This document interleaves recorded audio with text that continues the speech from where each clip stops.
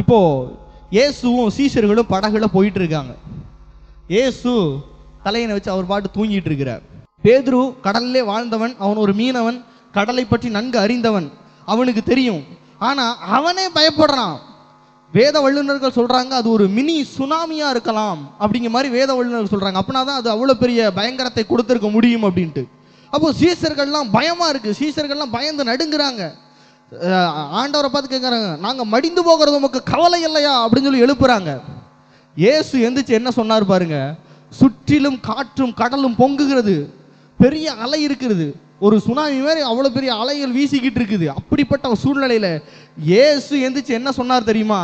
இறையாதே அமைதலா இருன்னு சொன்னார். நல்ல கவனிங்க, சுற்றிலும் பிரச்சனை இருக்கிறது, இயேசு எங்கிருந்து அமைதியை கொண்டு வந்தார்? நீங்க ஆங்கில மொழிபெயர்ப்பை பார்த்தீங்க அப்படின்னா நம்ம தமிழ் மொழிபெயர்ப்புல இறையாதே அமைதலா இருன்னு போட்டிருக்கு. ஆங்கில மொழிபெயர்ப்புல பார்த்தீங்கன்னா இறையாதே சமாதானமா இரு அல்லது இளைப்பாறுதலோடு இரு அப்படின்னு அர்த்தம் சொல்றாங்க. நல்ல கவனிங்க, எங்கிருந்து இந்த சமாதானத்தை கொண்டு வந்தார்? சமாதானம் எப்படி வந்து, எப்படி இந்த அமைதி வந்தது?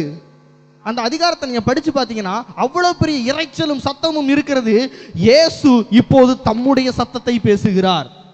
இறைச்சலின் சத்தம் கேட்குது ஒரு பக்கம், காற்றின் சத்தம் ஒரு பக்கம் கேட்குது, அலைகளின் சத்தம் ஒரு பக்கம் கேட்கிறது.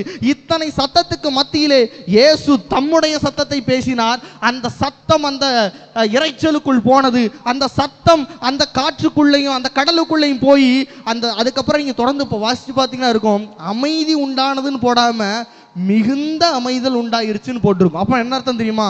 தேவ சத்தம் உங்கள் சுற்றிலும் இருக்கிற சூழ்நிலைகளுக்குள்ளே போனா என்ன தெரியுமா வல்லமையான கிரியை செய்யும்? அது மிகுந்த அமைதியிலே கொண்டு வர வல்லமை உள்ளது. ஹல்லேலூயா.